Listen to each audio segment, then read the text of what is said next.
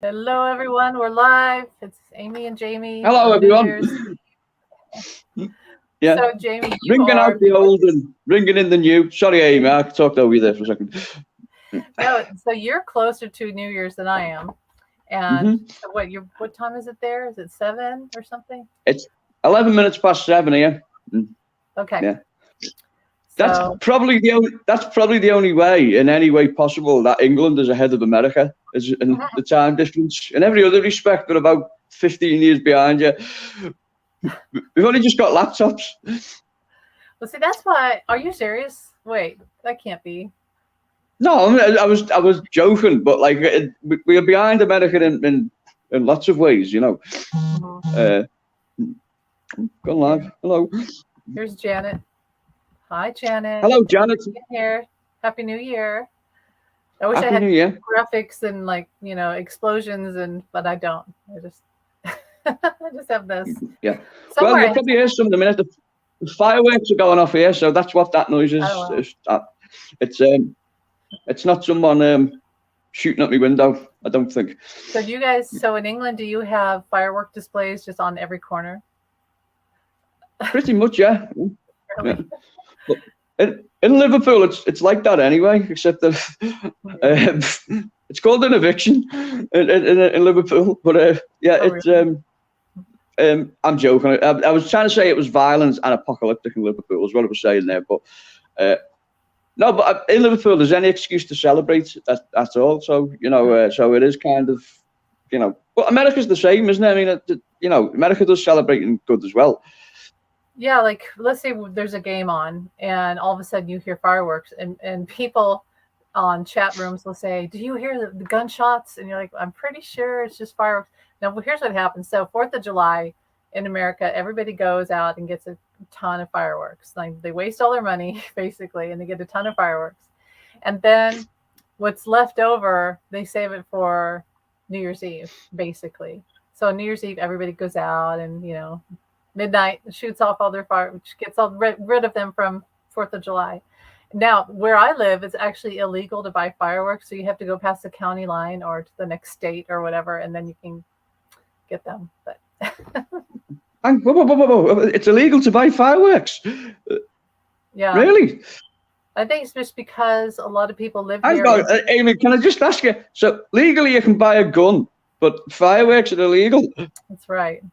That's right. And I live in I what's don't mean called to the Waste. criticize. Yeah, that is wow. Fireworks. Well, I suppose so. Yeah, and why is that the case? Do you know? Has there been an Um, incident that's I brought think that you don't about? want house fires. Now, they used to have wood shingle roofs, and people would buy bottle rockets, and that was really dangerous. Now they don't really sell. Most people don't even buy bottle rockets, but I think that's the reason because of housing developments and things like that. So, Right. but people buy them anyway. I mean, that's the thing. Everybody just goes out and buys them anyway and shoots them off, and Yeah. hope you don't get caught. So, yeah. I think even if they couldn't buy them, they'd probably make their own, wouldn't they? Probably make a Molotov cocktail or something, and then set fire to the town hall building or something like that. Not that I'm encouraging an insurrection there, but Yeah, we don't want to get in trouble. No, what is it? no, it was me that said it. It was not Amy. It was me. So yeah, the gun thing. It's funny, like people gold.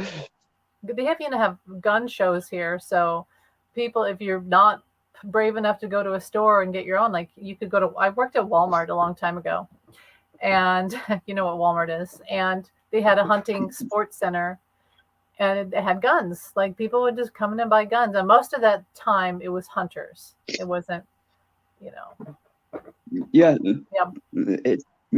But yeah, you can buy a gun. I mean, and they have gun shows. People go out and buy guns. They buy, I don't know how many, and the guns are expensive, and they're supposed to be registered. So I don't know how that works. But yeah, fireworks, no guns. Apparently, it's okay. It's crazy. That is. Yeah, someone needs to look at that, don't they? I think that rule. It's like that. This is a bit more extreme, but it's like over here, pornographic films, like they're rated 18, You know, it's the rating system in England. The highest rating is 18. Huh. But you can have sex when you're 16. I didn't even know. Well, okay, so that means you could probably the same here. So that means you can have sex when you're 16, but you can't have your eyes open, essentially, because you're not allowed to watch it. Basically, if you know what I'm saying, it's ridiculous. You know. Sorry, this has gone down a very anarchic route. I didn't mean for it to do so, Amy. I was going to say that, and Janet, my dog doesn't like fireworks. My cats really hate fireworks. 4th of July was not fun for them. But my dog that I had before, Henry, he was actually so chill. Like, he would sit in the backyard and we would shoot off fireworks. And I was like, are you okay? And he's fine. Maybe that's because his hearing was starting to go. I don't know. but yeah, the cats. Maybe, the cats yeah. really hate it. Well, I can remember, Alfie, there's these fireworks, I don't know what they're called, jumping beans or something. You'd throw them and you'd hit the floor and then they'd, explode. And we had them one year and I was throwing them and Alfie was running again and bringing it back in his mouth. And then there'd be a mad scramble to get it out of his mouth so that he wouldn't blow up, and then I wouldn't blow my fingers up, and then I'd throw it again and he'd do the same and he'd bring it back again. It was like, in the end, everyone was in the house and he was in the garden alone. Snaps. There we go. There you go. You know what they do here? Those are legal. Like where I live, you can go in the grocery store around still, but 4th of July, and I bet there's some now for New Year's. And they have like a huge package of various snaps, or like the champagne bottles where you pull the string and they, yay. Yeah. Like so much. I mean, those are fun, but they're not that much fun.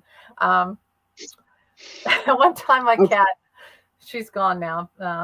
She was a funny cat, but my daughter left some snaps on the kitchen counter and they fell off the counter when my cat was walking into the kitchen. And I've never seen a cat run so fast out of terrible. She thought, I remember, those ones you pull and they snap. What are they? Poppers. You have them over there, right? Don't you? Yeah. Well, I remember at the Millennium, someone ordered a load of them, and they actually bought amyl nitrate. So it was a happy New Year indeed, but we weren't quite sure. If it was only later on we found out what we bought. I should write a book about this. My history of party disasters. Hello, what a girl.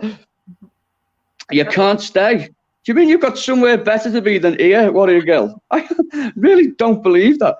No, I'm only kidding. Yeah, thanks for coming by and enjoy your night.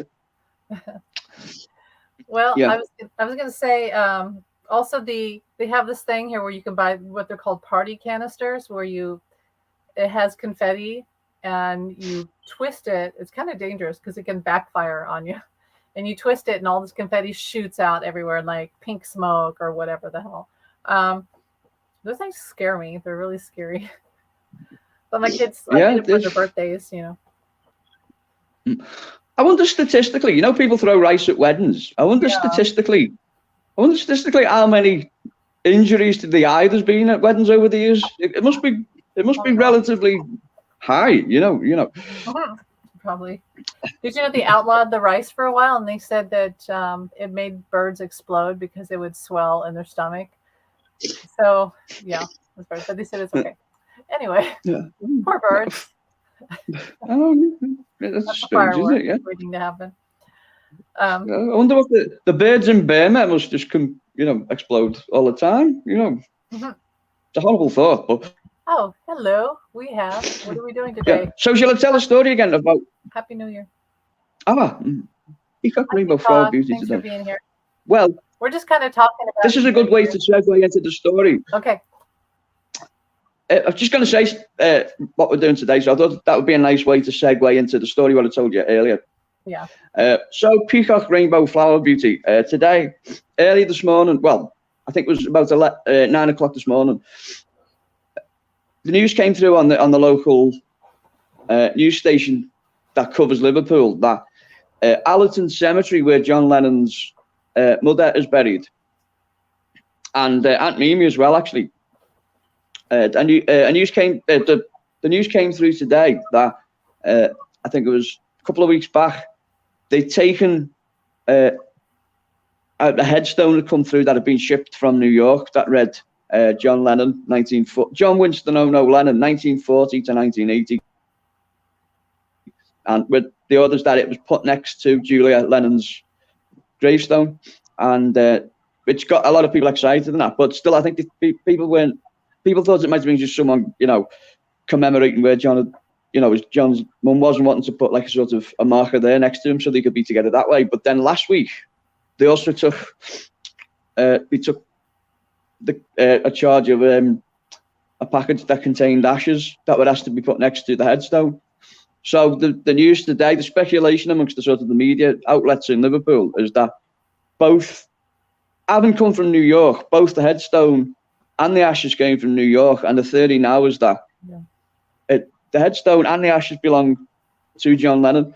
Now, what spooked me out a bit, Amy, as I was telling you before, was that when I was watching the news report today, my granddad's tombstone could actually be seen on the news footage, which really spooked me out. I had to watch it about 10 times because I thought I was just imagining it, because tombstones look quite similar, even when they're different colours, like they're quite similar. But there's certain things about my granddad's tombstone that make it stand out, and so I thought to myself, for one thing, I didn't know that's where Julia. I knew she was buried at Allerton Cemetery in Liverpool, but it's a huge cemetery. It's a huge plot, and I think it's a quarter of a mile. The cemetery, it's one of the biggest in Europe, and so I just assumed. But then my relatives who came today, they told me they'd been there because it's a sort of family thing to go every New Year and lay flowers at the gravestone, and they'd actually visited where this place is, and they told me that yes, the headstone is there, but not only that, a replica of the Strawberry Fields sign from Central Park has been placed there as well. So there's a lot of excitement generated by that. Now, it could be just, I don't know, it could be a hoax, or it could be, I don't know, it could be like a sort of a generous fan or something like that. But it's a lot of money to have spent in a different country for just those purposes. I'm not sure that, I think you'd have to have a lot of money to be able to do that. And would it be worth it? And it seems like it could be genuine to me, but I'm open if it comes out that it isn't. I'm open to go along with that. But I'm sure you can imagine it was like it was a bit mind blowing to be hit with that today. Well, it had to have been Yoko, because she had the ashes. I think she had them on the piano in the Dakota for all these decades here, and so because she's moved out, and because she sort of allocated the estate and the business to Sean, and I don't talk about the kids obviously because that's their business and everything. I do my intuitive stuff, but I don't really talk about their lives or anything. It's none of my business.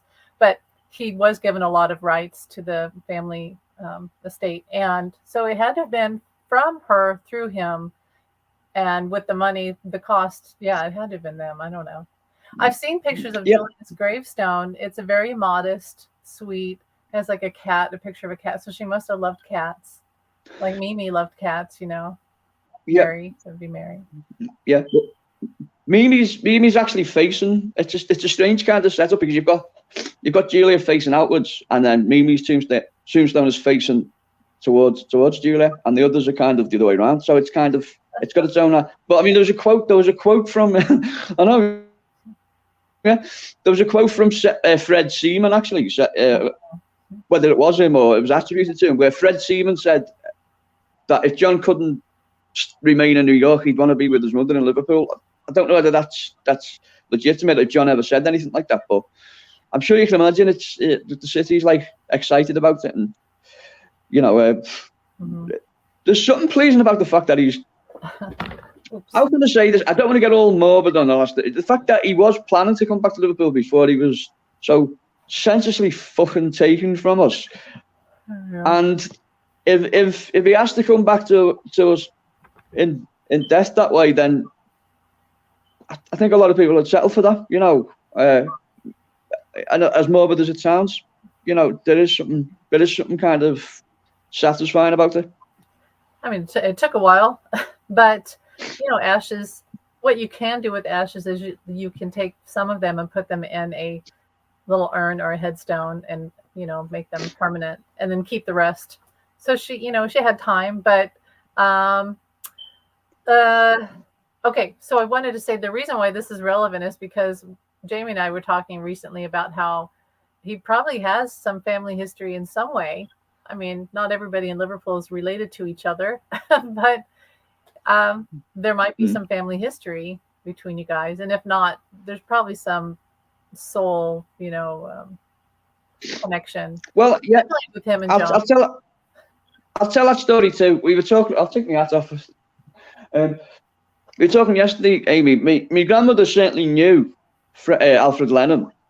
I'm not sure. I didn't know that grandmother very well, and I haven't been able to sort of gauge any sort of concrete confirmation of that. But she certainly was when they were young. She was friends with Alfred Lennon, and there was rumours prior to people knowing who John Lennon was. Now, whether that means I'm related to him or not, it's still within touching distance of him, you know what I mean? So it's even if it came out, no, you're not actually related to him. It's still like, there's something exciting about it. You need to go on Maury. What about the Maury show?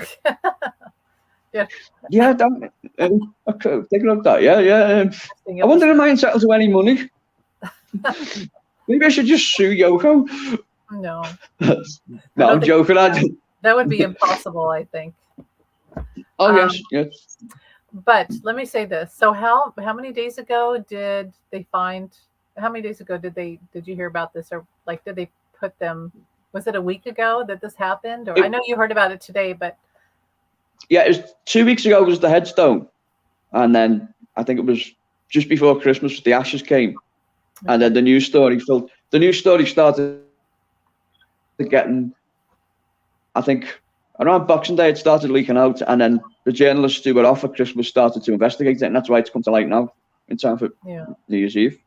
So it's fascinating and it's exciting. It's also really uncanny and ironic that if it is John, it should happen in the same year that Now and Then was released. Yeah, that's true.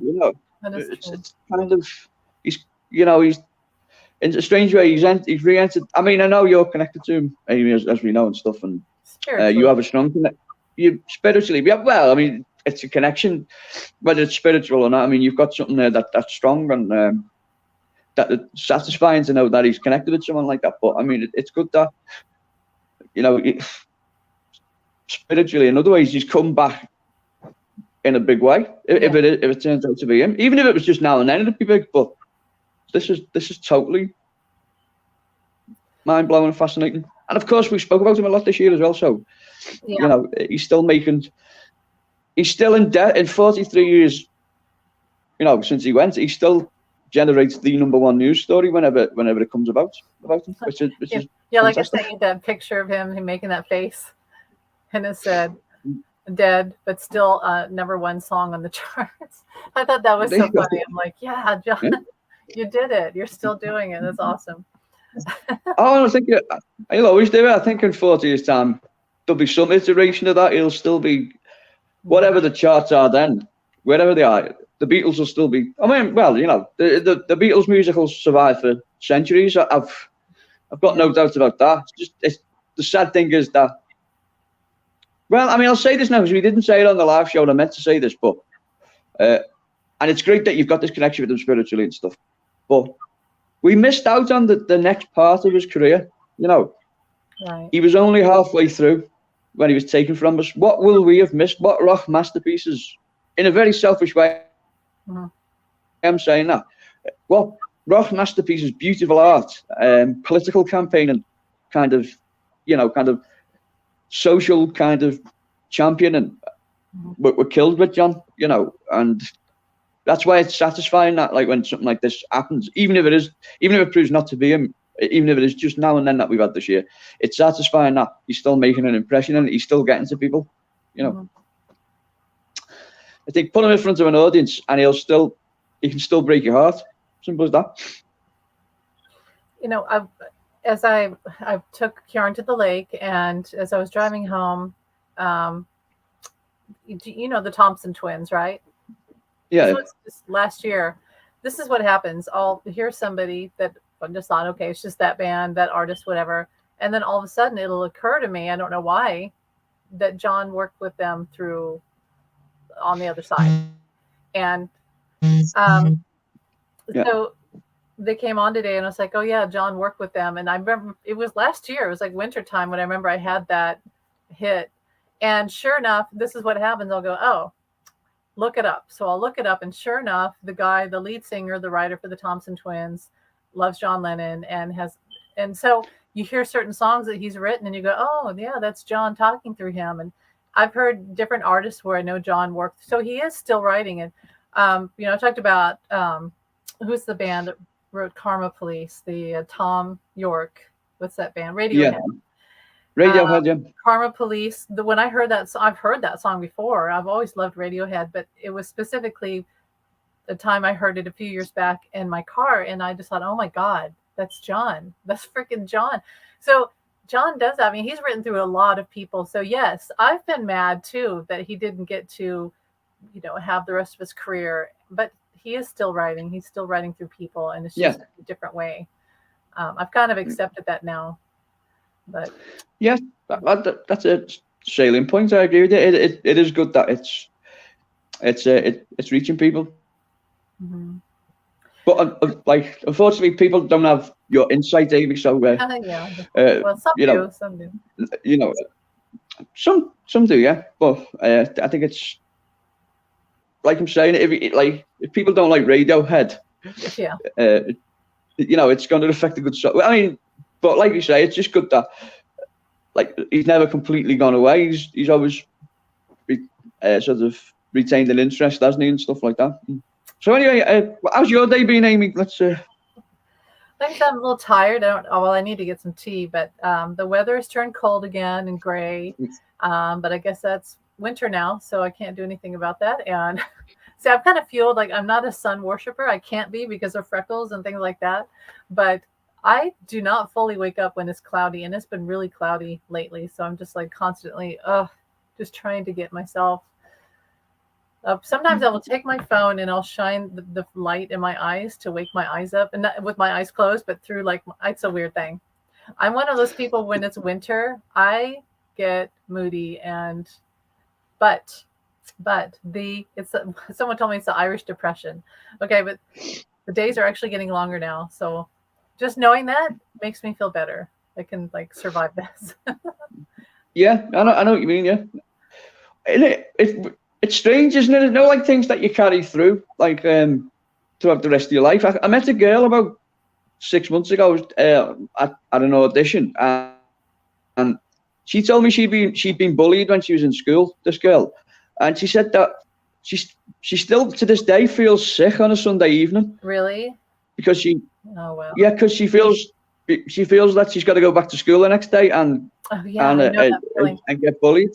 So she said she still feels sick, and that it never goes away. So I know what she's talking about. Yeah, I've had. Do you feel that? Because I did too. On every Sunday night, I remember I had to get my homework done, and knowing that it was school, I would wait. And I remember my mom would have the evening news on, then the first show, she'd watch, I don't know, the movie of the week, Sunday night movie or whatever, and I'd be like, oh no, when this movie's over, I have to make sure my homework's done and then go to bed, and I have to go to work, and I hated school so much. I dreaded going to school. So I know that feeling. I know what she's talking about. I was the same, except I used to do my homework on the bus on my way to school, and then get good marks for it. Whereas sometimes if I sat down and concentrated at my homework, I'd come up with something, something below par. Yeah, I always hate to hear that. I hate bullying too. It's I do too. There's always a bully though in a school. In every classroom, there's a bully. And when he or she leaves, another one steps forward. That's what a teacher told me. When the bully leaves, another one steps up. There's always going to be, and I feel like on the spiritual way, it's our, it's part of our growth or something. It's terrible. I had a bully. I had a kid named Fred Smith, and he would come up to me in class every day and in the lunch line, and he would say, I'm gonna chase you home after school, and I'm gonna beat you up and blah, every day. And sure enough, after school, he would walk behind me and step on the heels of my shoes all the way home and whisper horrible things to me. And one day I turned around and I said, and this is after the divorce, so my dad was gone. I said, my dad is 6 feet tall and he's going to come here and rip your eyes out. And then he stopped bullying. It worked. He stopped bullying me after that. So. Oh, brilliant. So it worked. Brilliant. It worked, yeah. That's terrible, especially sort of, I don't know whether this was woke to say, but male on female bullying is especially disgusting, isn't it? You know, it's you know, I mean, bullying in general is disgusting, but like, I bet that Fred Smith is that did you say his name was Fred Smith? But he's yeah, if he's not in jail now, I bet he's carried that through to various different platforms. See, my problem was that I couldn't quit when I was ahead. I had a big mouth even then. Yeah. So, and I pride myself on saying I was more quick. I was more sarcastic than bullies could be. So I always had something to say. So it's like if it looked like a fight was dying down, I couldn't stop myself from saying it, you know. But at the same time, I suddenly realised you learn to punctuate like your words the way some people throw punches. You cut through all that kind of thing and that, and you know, with me, one of the biggest problems I had was actually with teachers. I found that I was picked on unnecessarily by that's another connection. When I heard John Lennon saying that in interviews as well, that you know, I thought he actually there's a quote by him saying, you know, you go to school to learn, but teachers don't like pupils who've took the initiative to learn on their own, because the chances are that the pupil will find out something that the teacher doesn't know, and then you'll be called stupid. Then because no, you're stupid. You don't know what you're talking about, and you'll be made to feel stupid. And it's true. That was the situation I had. I always read and stuff like that. So if you know, if a teacher said something happened, then I said no, actually that didn't happen. What happened was this. I'd get thrown out of the classroom then, and which I wasn't trying to be a smart ass or anything like that. I was trying to kind of open up the conversation to what was real, if that makes sense. But yeah, I think you're right, Amy. I think there's nothing more disgusting than bullying, and it's a particular horrible thing when you're going through it. And you're probably right. It'll never fully go away. There's always some scumbag there who's going to take over from the last person, isn't he? You know, sadly. Yeah. Definitely. Well, that can be a prayer for the new year to let's hope bullying is eradicated by 75% in 2024. That's one of my prayers for the new year. And yeah, she said cold, wet weather in Kentucky. It's just like that everywhere right now. I don't even want to hear about people having sunny weather today because it's just been kind of yuck for the last week or so. Yeah. We're all in this together. I suppose Elvis would like the cold, wet weather in Kentucky, wouldn't he? You know that song, Kentucky Rain. Yeah. Oh, when my sister was a teacher, she gave extra credit when he brought textbook. Wow, that's interesting. That's good. That's brilliant. Some teachers don't like that. Brilliant. Yeah. You know, you get those teachers, it's all by the book. And then there's other teachers who want you to expand your mind and talk about things, you know. And yeah. So that was it. I was kind of, when I was about 21, because I had all the appropriate qualifications, I was kind of, careers advisors and all that were telling me that, you know, you should get into teaching and stuff, because there's always need for teachers and that, and you know, so I thought about it for a while, but I can remember some of them were saying, and don't be worrying about the pupils and all that, because you're only with them on, and I thought the only reason I would want to be a teacher is if I was able to influence people and affect change and make a difference to the life. I wouldn't do it. I could never do it just as a 9-to-5 thing, you know. Right. Thinking, I'll leave that.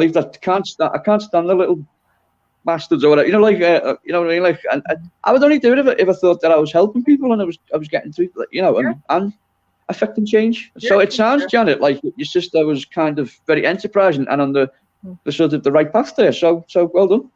Yeah, that's good. And by the way, Jamie, you are a teacher, aren't you? You teach acting, right? So I teach acting. Yeah, I do that. Yeah.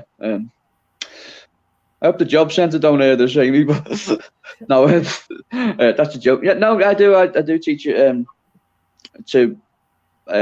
certain like parts of certain youth groups and stuff, and that's good. In Liverpool and that. Basically, the underprivileged.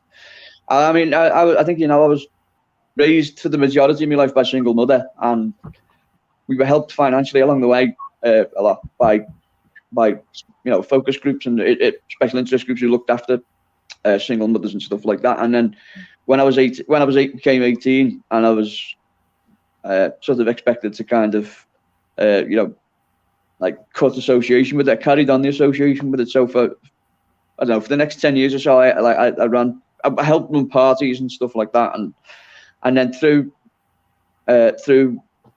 my association with acting and the theatre and that, it was suggested to me when I was about 30 that maybe I should start doing acting lessons, and that's what I started doing for the same group. And then that branched out and then I was running acting lessons for like kind of ex-alcoholics and things like that, and it's good. It is a rewarding thing to do, because then I think anyone could be an actor, and the problem people have is with nerves, and once they can get past that, and if they've got a passion for it and they want to succeed and get better, then it is a great outlet to do. It is a great sort of kind of use of like one's energy and stuff. That's good. Yeah. Have you ever done? I know you've done little bits of acting here and there, haven't you? Amy? But would you consider? Yeah. Would you consider going down that route more? Yeah. Yes. If somebody wanted me to, I would, but just on my own, I wouldn't. Like I would love to do some plays, and I would like to write some plays too. I don't know how much I am into directing, because that's not a fun job. I've seen, directors don't have the best time. It's a lot of organization, and I'm too spacey for that. But yes, I would do acting, definitely. And I have done some. I mean, I've been in musicals. I've been in some plays in high school as an improv. So what was the one? What was I going to talk about? I can't remember now. I spaced it. But yeah, I would.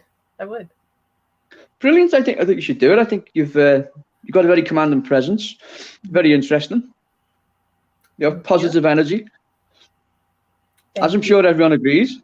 I think you should do. And of course, we are kind of working on some projects, aren't we, Amy? They're in the back burner at the moment. So won't say too much about them at the minute, but we have a few irons in the fire that could be lucrative. Well, one thing I wanted to do, and I won't talk about yours, but that's going to be really interesting. Thank you, Janet. She said, I think you should. Well, thank you, Janet. One thing I want to do is write sort of like a one-woman show about, sort of like a monologue about Queen Mary, because whether or not I'm connected to her in a past life, which I think I was, I think that she was amazing, and it would be very interesting to have someone who I have her stats, right? So like physically represent her on stage with her own words. And she wrote, I think she had journals and poetry. And so there's a lot of parallels in our life that I experienced, like isolation and a lot of things that I went through that parallel what she went through. And I survived what was she, 44 or whatever? So yay. Joan's mother was. See, Julia was 44 when she died too. I find that interesting. And so, yeah, I would do that. That's one thing that I would do. Yeah, for sure. Yeah. Among others. There you go. I think you should. Well, whilst I'm in your life, I will encourage you to do it, and maybe you can work on things together that will be perfect for you. And that. Yeah. All right. The interesting one with me, I think I've told you before, is that sorry, quick enough. The interesting one with me, which is ironic because I've got white gloves on, was that I think I've told you when I was there's so many surprising facts in history. That's true. There is, yeah. Still revelations after all these. Yeah, interesting. Yeah, I wonder if in years to come now that we seem to know everything about everyone, because we got the internet, and mass media and stuff. I wonder will that become less, like the sort of the ability to be able to keep things secret, certain things. I mean, revelatory things. Yeah. I think wonder what that will. it's almost like all the information, well, of course, through time, but not everything's released because of, just whatever diaries that haven't been found, artifacts, just whatever different stories that have tainted the truth. But it's almost like the events of history and time are like this, and then you start to spread it like an accordion, and you could see all the pieces that are in there. And that's kind of what, like you said, with the internet, maybe AI would help take out pieces and just little things. Like even with the Egyptian tombs, they're still finding tombs that, artifacts and things. So history is ever revealing. As we find out about ourselves, we find out history sort of aligns itself. That's, I mean, yeah, I saw that there's a new book coming out about Tutankhamun, and the writer is this scholar, he's a knight, and he said that he didn't want to write about what people had wrote before. He said it was like writing a book and trying to keep it kind of like fresh and kind of interesting to people. He said it was like doing a puzzle with no picture on the box. Oh wow, yeah. He had all the pieces, but he had to make them fit, so that at the end he could say, well, this is what it was, and bit of hyperbole there for you. Coco's doing. Hello, Coco. Coco's cleaning herself. Yeah. Cats don't. Oh yeah. She's doing a sort of Hitchcock cameo in the background there. The way Alfred Hitchcock would be in his movies. Rear window. There you go. Hello, yeah. Miss Coco. Well, that's interesting too, because with the ashes and everything, that's something that I wanted to talk about. With one thing that John showed me was that he did not want to be cremated. And so I have this whole thing about, I sort of investigated that on a psychic, whatever. But he even wrote songs, "Do not cremate me." I mean, who writes that? He really did not want to be cremated. He did not want to be. And if you listen to "I Am the Walrus" at the end, they played Macbeth, right? The scene from Macbeth, an old radio show. And the guy says, "Bury my body." Yeah. "You dead, sir." And there's some other lines. And I'm like, oh my God, John literally said in "I Am the Walrus," like whatever his higher self or whatever was saying, don't cremate. And okay, so I asked him, like, well, why didn't you want to be cremated? And he said, I remember I was washing dishes and I heard it not audibly, but in my psychic ear. He said very strongly, because you don't cremate pharaohs. It was like that. You don't cremate pharaohs. Now, in the Egyptian thing, as you know, like the beetle on the heart, the scarab beetle on the heart, you put it on your heart. You weigh you take out everything and weigh the heart. And if it's light as a feather, you live on. You have all these different, like, you reincarnate. And if it's not, you go down to whatever the lower realms of, death, which is not rebirth, it's death, true death. Okay. So my point being, what is my point? Oh my God. The Egyptian thing. Oh, the pharaoh. He was a pharaoh. He showed me that very strongly. He didn't want to be cremated. Now, why did Yoko cremate him? I believe it's because she just didn't want other people to be all over the place in her business and have his body. And she had an ownership of. She wanted that with her forever. She didn't want everybody else to have that. She didn't want a funeral. She didn't want the ex and all the family and everyone to come. She just wanted it to be cleaned up and done and have his ashes and done over.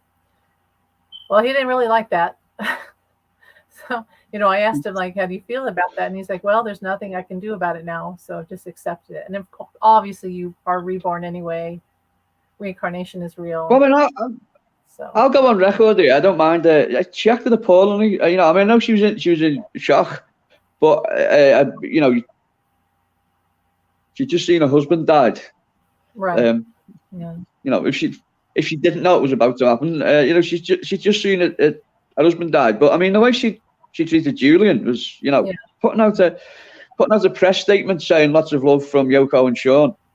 When he had another son. I mean, it wasn't like she was paying by the letter and she couldn't afford to put the advertisements out. She could have just as easily put his name on it, But also, I mean, the conversation the statement that went out, Yoko said, I took Sean to where his father had been shot, and I said to him, the man's got to appear in court, and he said, "Is it a basketball court?" That was a conversation between Julian and Sean, and Julian took Sean to the place. Yoko was in the bedroom. She wouldn't go downstairs because of, well, for whatever reason. But she attributed that to her and then put it out. So my point here is that, people just say, well, she was in shock, so she wouldn't have been thinking about Julian, but she was clearly thinking about Julian's conversation that he had with Sean, because she included it as part of the message, and then took him out. Didn't attribute him, and that went down bad in Liverpool, and it still does. Of course, I mean, do you know the story? Do you know the story, Amy? That it got back to when they were having the December. Was it the 10th? They were having the 10-minute silence for the vigil in Central Park, and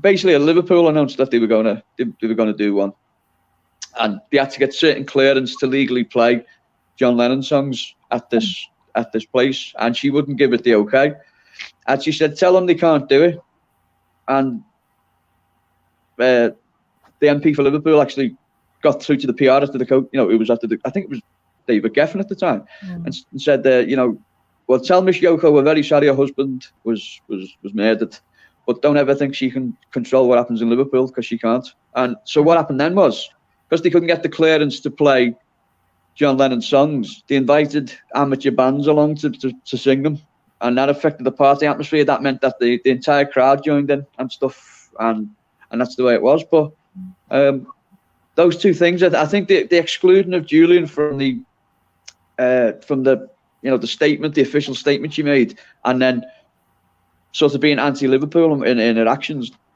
really went against her. She's kind of made up for it. Like, she has donated a lot of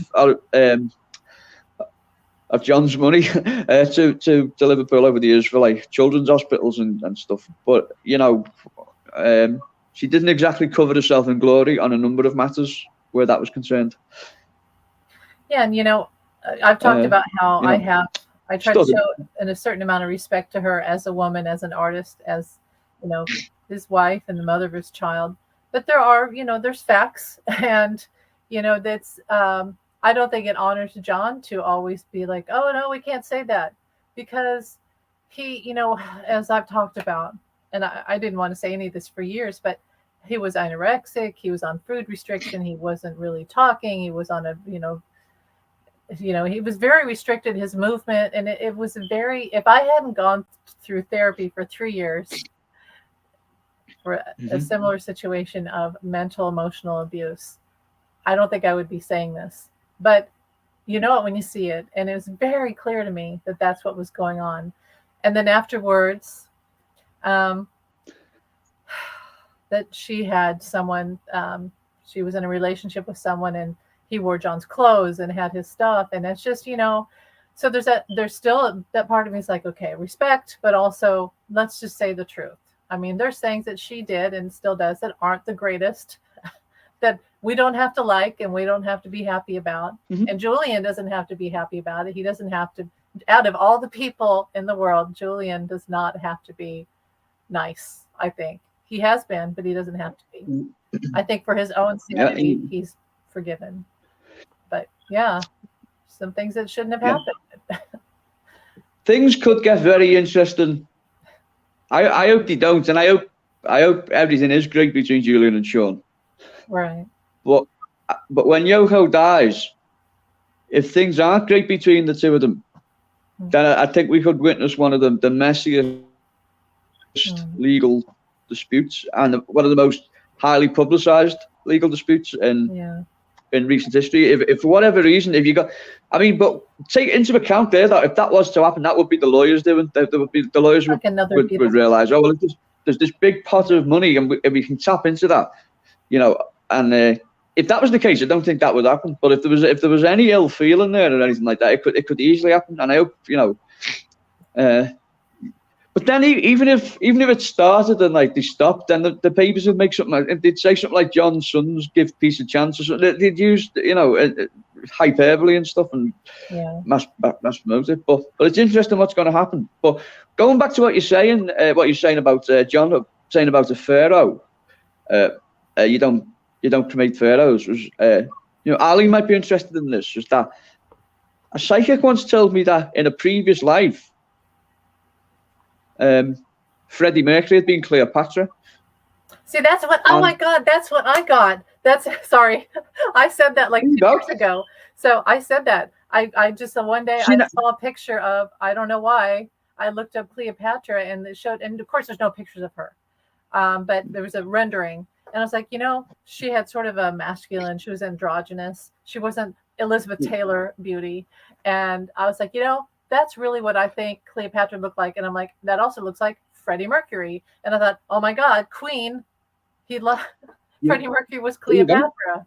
So I got that too. Now, just for the record, Amy, me and you have never had that conversation before, have we? This is the first time we're discussing it. Yeah. But I was told I picked some things up because I'm I am intuitive in that, and I spoke to someone and they confirmed it to me that they actually said, oh yeah, in a previous life, that's what it was, and that buys into he felt pretty much the same, that he didn't want to be cremated now, and that lends into the theory that people have been looking for his ashes and never been able to find them. So that lends into the theory that possibly he wasn't cremated; he was buried somewhere, and it was a PR thing saying, he was cremated today, but his body was somewhere else, And he did say that when he died, he'd like to be buried in a pyramid with all his belongings. And so it's interesting. So I'm glad you've had that kind of realization as well, because it makes sense that he could have been Cleopatra, doesn't it? Yeah, totally. Yeah, I'll have to find that picture and send it to you. But thing, but he called the band Queen, and you think, well, that's because he was gay. But no, I think it had much more. I think he knew that he was Cleopatra in a past life, and so that explains why he was.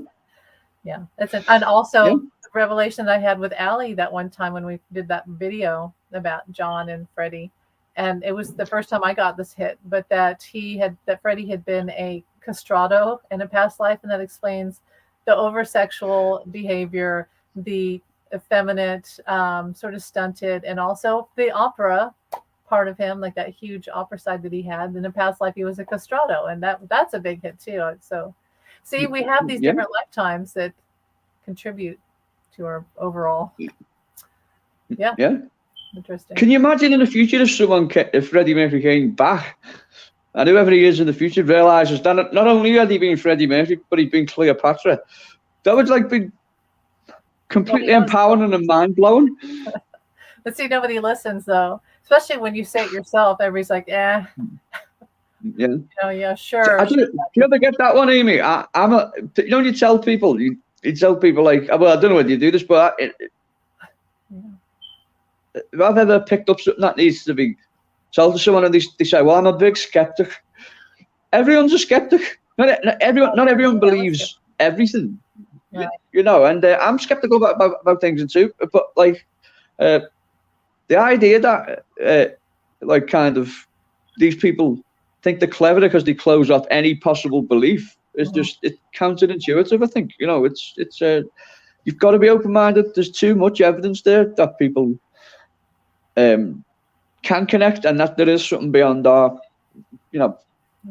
our ether is the word that beyond our reality. Well, it's just I think what it is, it's a fear, because if you believe in all that, and there's a lot of things that are unexplained, and that you'll never why and also people don't want to believe that that there's a God that can listen to their thoughts, and there's a psychic that can listen to it's a fear. It's like a loss of control. I understand it. I understand atheists or skeptics. In fact, I'm a skeptic, believe it or not. Like everything that's happened to me, I've brushed off, within 5 minutes, but like, it was this thing. And then, but I finally had to accept with certain events that had happened. It's like, okay, I believe now. And now I totally believe. But yeah, I always try to prove things. I always want to know if it's real. I don't like to fool myself and just believe something. So I look for the evidence. Yeah, that's the key to it. It's not just believing anything, but if you have a strong feeling that something's right, it's to delve further, and I'm proving what you're saying. Is an actual fact. Isn't it? It's not well. Like if someone said suddenly, I don't know. There's number 10 London buses on the moon. I wouldn't necessarily believe that. But like, unless for some reason I kept getting images of a bus on the moon, and maybe the I investigated it and I found that it was somewhat accurate. That kind of thing. Sorry, Amy. I diverted then. Yeah.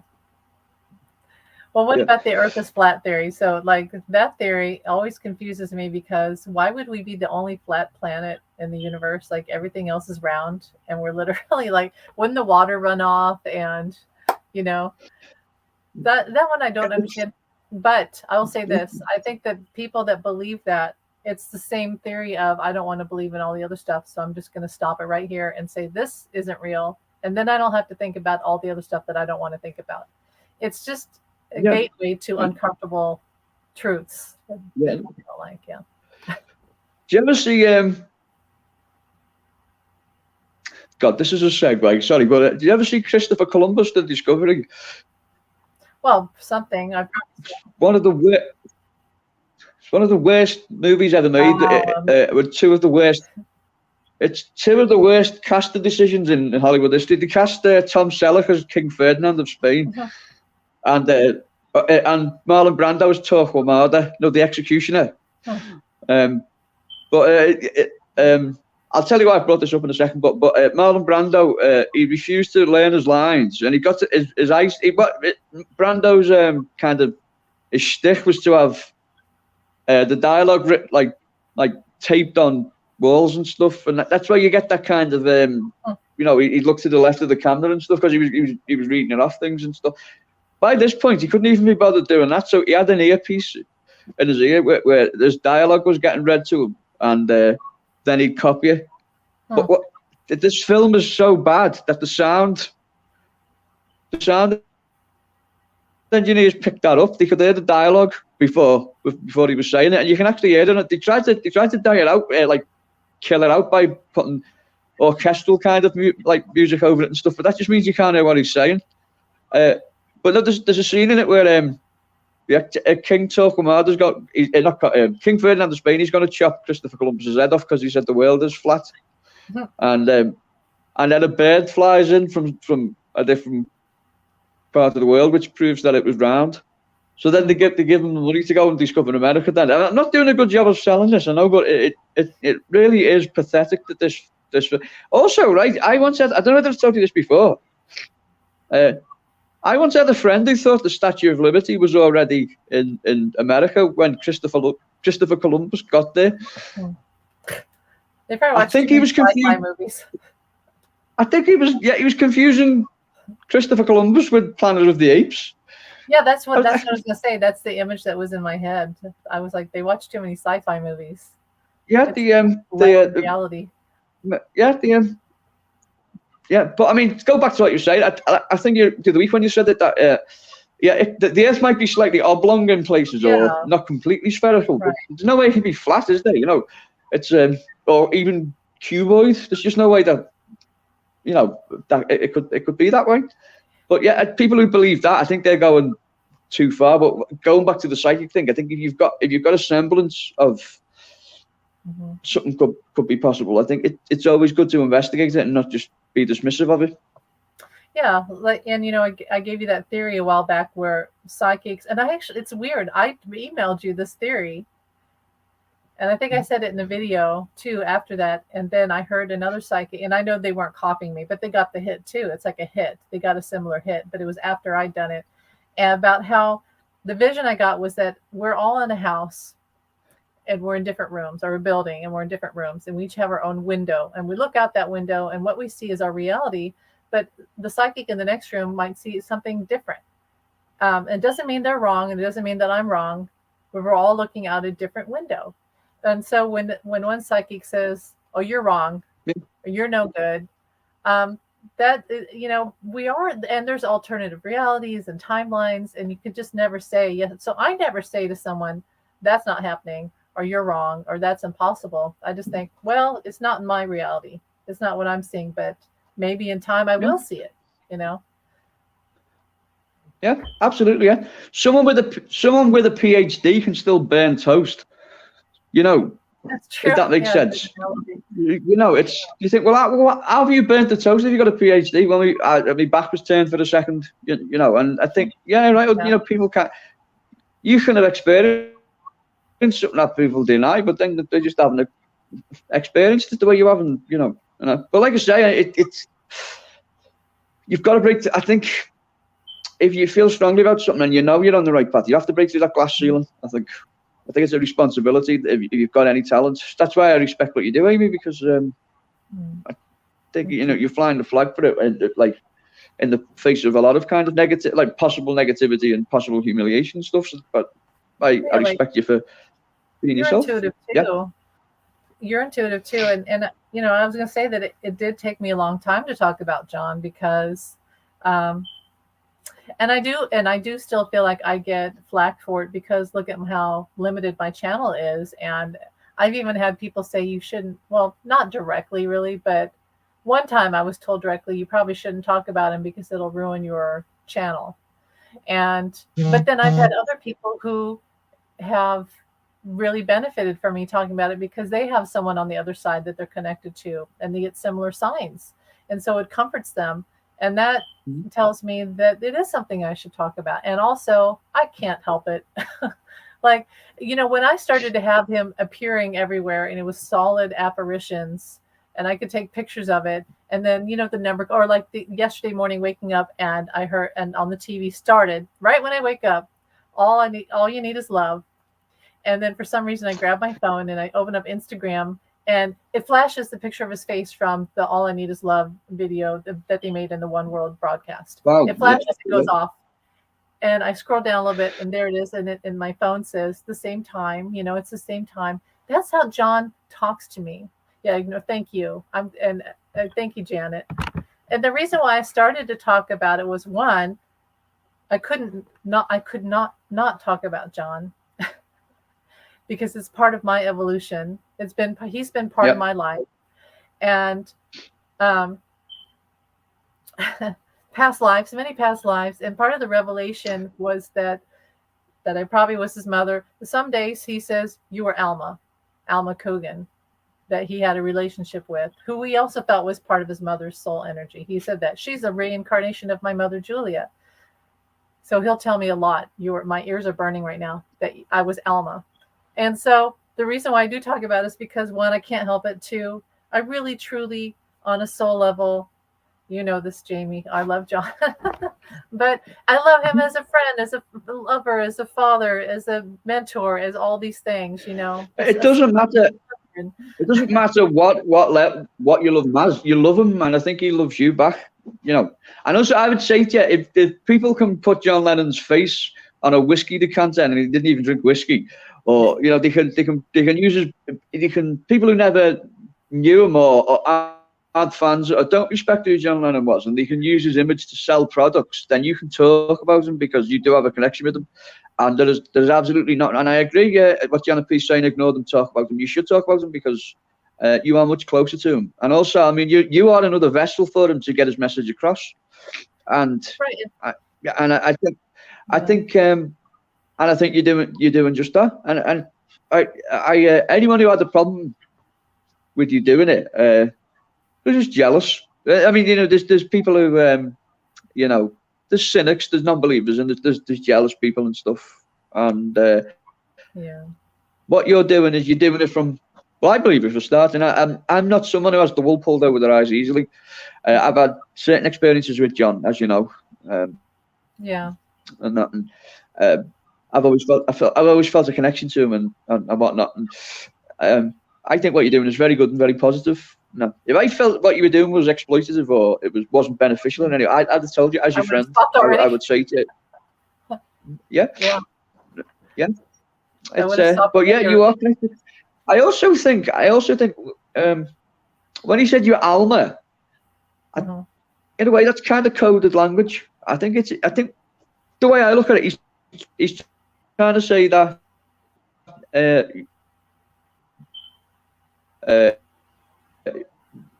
it sounds like you were similar to Amla, sorry, and I think you're more connected to his mother. I think it is kind of it requires a bit of kind of studying, but I think that's the point he's trying to make there. You know what I think yeah, because don't forget Alma's passed away now too, so he could, if he wanted, he could just spend his time just with Alma if that's what he wanted. I think that there is a message in what he's saying to you. I think his mother wasn't a singer, but Alma was. You're a singer too. You're a performer. You're an artist. I think that's the way I look at it. I think the message that he's trying to get you there is that even though he's using Alma's name, he's saying to you, now you're a performer. You have a voice. You are a creative, and like the famous quote. If there was a message to the Beatles, it was learn to swim. And once you've learned to swim, then go and swim. Yeah, that's true. That's the way I look at it. I could be wrong there, Amy, but that is the sort of the message I get back through what you're saying there. Wait, okay, so I do think that I'm very connected to his mother. In fact, even as a teenager, I felt a lot of connection to the 1940s, and I had a whole phase in my life of and I would listen to Bing Crosby. I'm like, why am I doing this? It was a weird thing. And what's the other thing? When I first got connected to him, and I would read about him as a little boy, and he would read the Just William books and get in trouble and all that, and I would think, that's so adorable. I hope I have a little boy like that one day. Not too naughty, but I'm not gonna have a little boy. He was a sweetheart. But yeah, I was pretty young, and I'm already thinking, having like maternal feelings. But lots of that, and that's the weird thing. It's layers and layers. But okay, what was I going to say? And we'll get off this topic, but you know that song? I remember being in my car and I had bought a tape and I heard the song, "If You Wear Red Tonight." You know that song, Anna, the song Anna, and then the song "If You Wear Red Tonight." Yes, it is. Resonate with me. I take those songs. The first time I heard that, I took it very personally, like he had written it for me. And I know that he didn't know me, but in a way he did, I guess.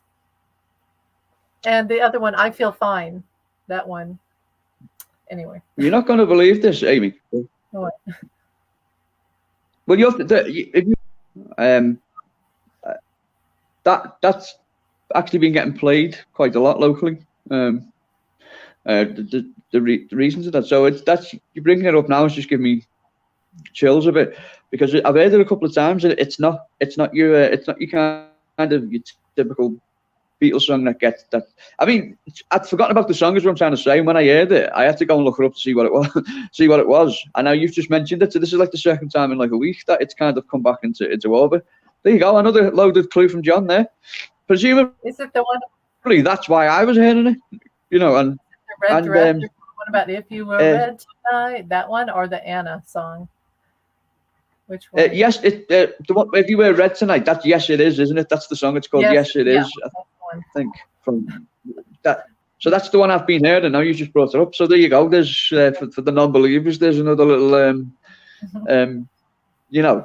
if you mentioned the line from Imagine, and I said, "Oh, I've just heard that would be less kind of, I don't know, spectacular in thought, because it's a common song and everyone knows it." But there's a clue in there somewhere, but we have to find out what it is.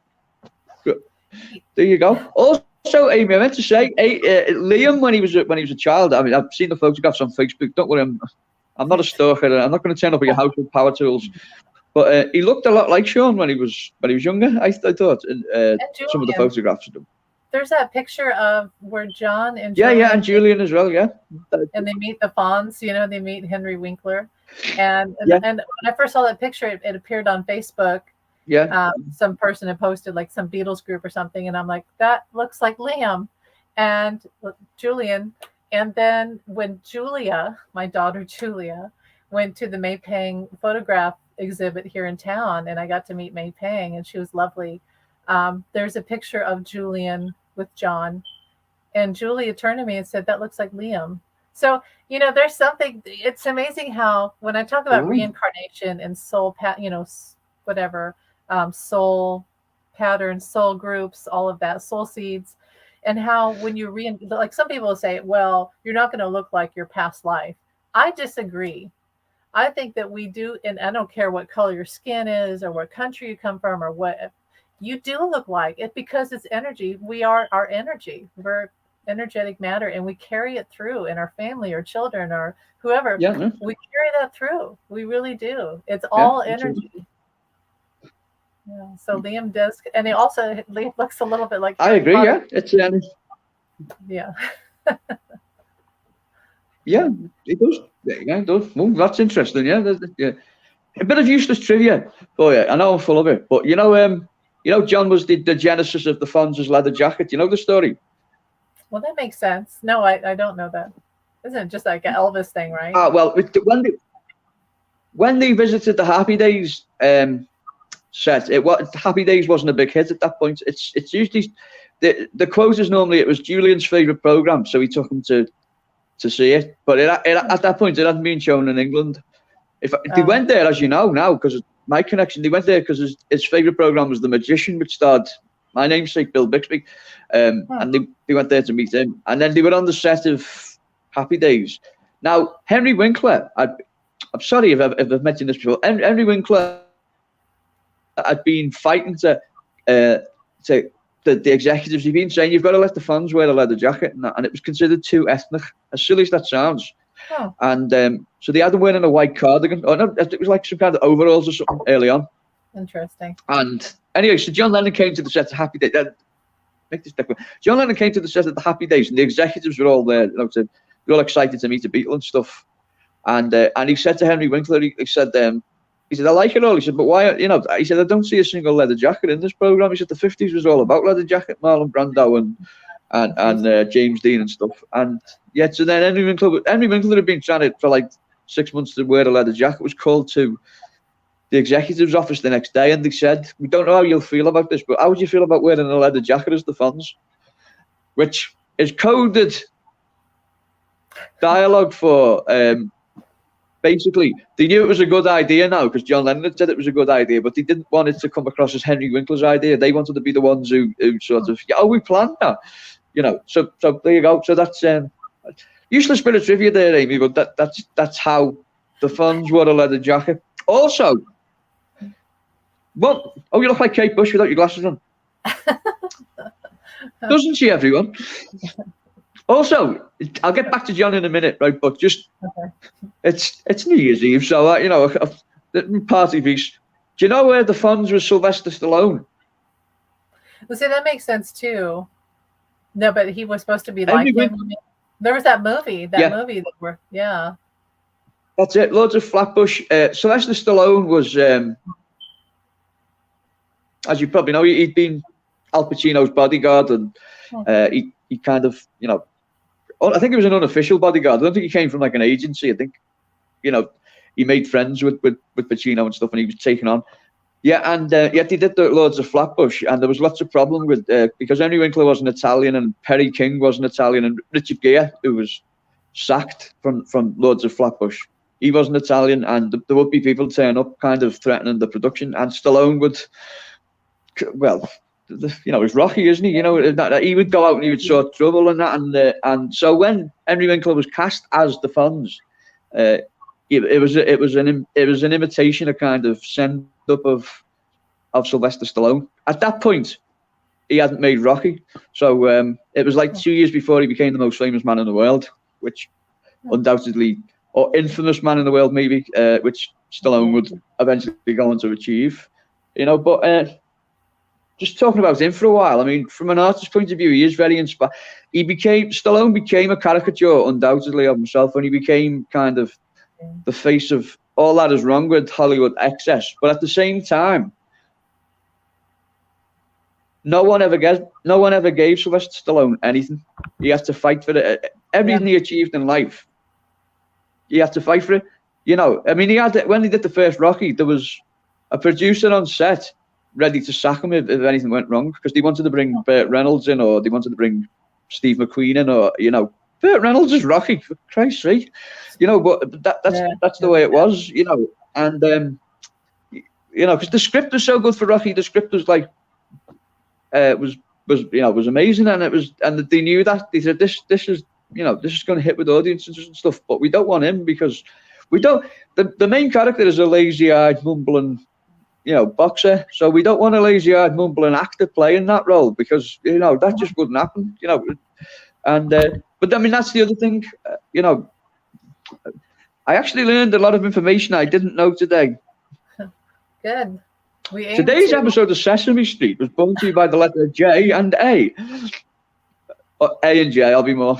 Yeah. No, that's great, Janet. That's good to know that that's good. It's good to know that we're educating people one show at a time, Amy. No, that's brilliant, Janet. Well done. I want to pull a card here. Yeah. We'll keep going, but I'll pull a card here before we go for like the year. But let's talk about this real quick because I'm sure we'll talk about John again. We always do because the connection. I mean, we can't help it, and that's just how it is. So, but what do you think? Because you're intuitive. How do you think 2024 is going to be? Like, as far as like just the year in general, is it going to be a rough year? You think it's going to be? Because last year was rough. I mean, I felt like last year was really rough. Do you mean on a personal level, or? Yeah, you can do that, but also just like in general for society and humanity. Well, I had a difficult year until I met you, if I'm being honest, Amy, and then things started looking up and that, and so I'm optimistic for 2024. I don't want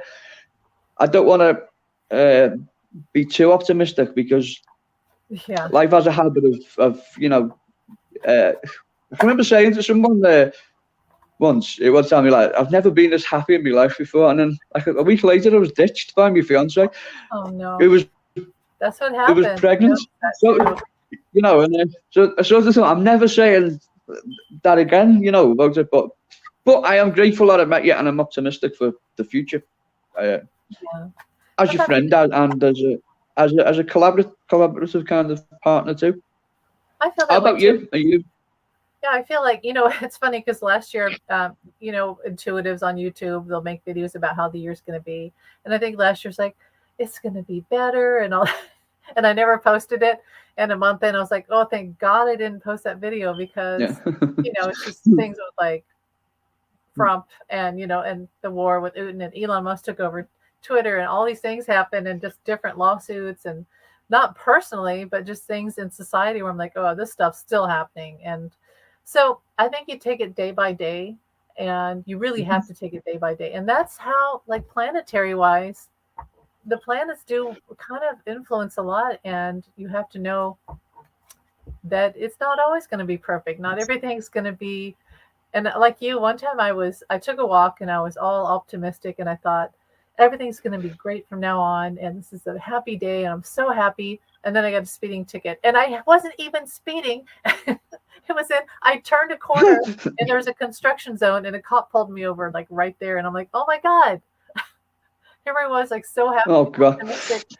So you never know. I always have that part of me that's like, it can't get no worse. Imagine that, I've seen. Well, that's it, yeah, isn't it? Have you ever seen Terry Gilliam's Time Bandits movie? Yeah, I have seen that. It's been a while. You know the scene where they're on a ship and there's this massive party going on and everyone's hugging and kissing and and they're dancing and they say that this is the best. This is the best maiden voyage of all time. What could possibly go wrong? And the camera pulls out and it's the Titanic. That's what I thought when you said that. And I shouldn't laugh. I mean, I'm not laughing at the Titanic. It's human optimism. I mean, I'm laughing at that. The gag about it. Yeah, there you go. Although it was kind of, it was full. Well, we'll talk about the Titanic some other time. But there was problems forewarned by Liverpool shipbuilders about the Titanic. You're using the wrong size rivets. You're saving money. If fresh seawater hit this, it'd come right off the panel. And they were saying, you trouble causing Liverpool Unionists, get back in your place and that. And of course, what happened? You know what I mean? It's almost like they knew what was going to happen. Anyway, God bless all those who perished. Anywho, I thought today about the Titanic and how what was the worst moment? Was it when it hit the iceberg? or I mean, literally death would be, and that's each individual person had their own death in a separate kind of way, really. But like, what's the worst moment? Just knowing that you're going to die, or was it when it split in half? Or, I mean, when because you know it probably exploded when the pressure hit under the water. So, yeah, what was the worst moment? I think. Yeah. I think. You like that? Well, I mean, there was people who refused to get in lifeboats. Yeah. Because it was. I shouldn't laugh at that. There's people who wouldn't get in lifeboats because they said it was too cold. Right. Yeah, they're saying, I'm not getting in. It's freezing cold. I'm not getting in. And then just imagine how cold it was 45 minutes later when you're up to your waist in the Atlantic. You know, it must have. Yeah. I know this is another. I always feel sorry for all the dogs and animals that perished as well. You know. Yeah, me too. Must have been awful. Yeah. Yeah, that's sad. There was a cat. They said there was a cat on the Titanic who had kittens, and somebody, it must have been one of the crew, sort of took her in, and then yeah, she died. And it's like, damn, I care much more about that than like all the people who died. But I do care about the people. But that's just so sad. Yeah, I know it's strange how that happens, isn't it? Yeah. Who was the woman? Right, there was a woman who was on the Titanic. The Lusitania and the Britannic. Yes. And she survived. She's either the most unlucky woman who ever lived, or the luckiest woman who ever lived. Yeah. You know, I mean, what would you think? Oh, not again! Every time I get on, a ship that this is happening. Also, I mean, you know, there was footage of the Britannic sinking, but it was destroyed in World War II. Bit of more useless information for you there, but there was actually footage of it. The Britannic hit a mine in Greece. All was torpedoed. Who's to say?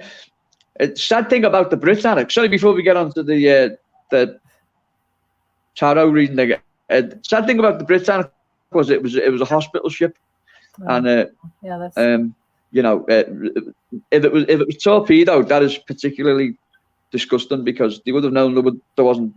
The only soldiers on it would have been wounded or dying, you know, and then what happened? Well, sorry, Amy. There was that one actress. She was in silent movies, and they actually made a silent movie about the Titanic, and then that footage is gone. And that's upsetting because I would love to see that footage. You know, I would love to see that movie. I wish somebody could AI recreate it, but. Did you ever see the Nazi propaganda movie about the Titanic sinking? No, I think Hitler commissioned. Hitler commissioned it, and all through it, it's like we've hit a iceberg. Well, that's those stupid Saxon lookouts on a ship who would do that. No, that can't. It basically everything that goes wrong is attributed to a racist reason, and you know, I think at one point they say Captain Smith was Jewish.